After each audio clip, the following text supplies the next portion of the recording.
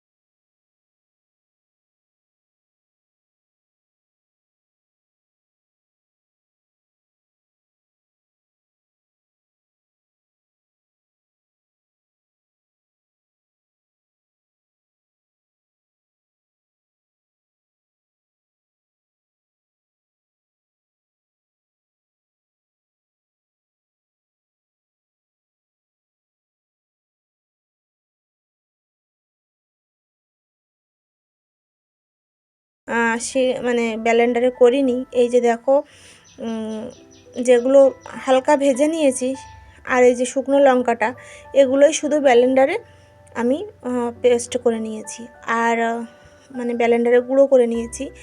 আর ধনে, তারপর জিরা, কাঁচা ধনে জিরা এগুলো আমি কিন্তু ব্লেন্ডারে বাটিনি, শিলপাটা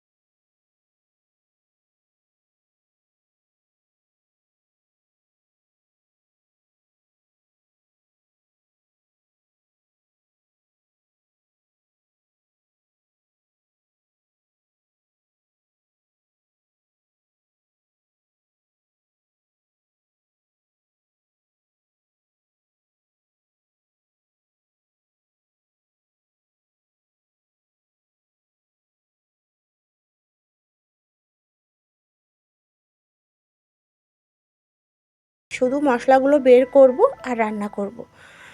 আর তাদেরকেও কিন্তু আমি টাইম দিতে পারবো। আমার মতো যাদের ছোট বাচ্চা আছে বা বাড়িতে হেল্প করার মতো কেউ নেই, তারা কিন্তু আমার ভিডিওটা যদি তোমাদের ভালো লাগে তাহলে ফলো করতে পারো।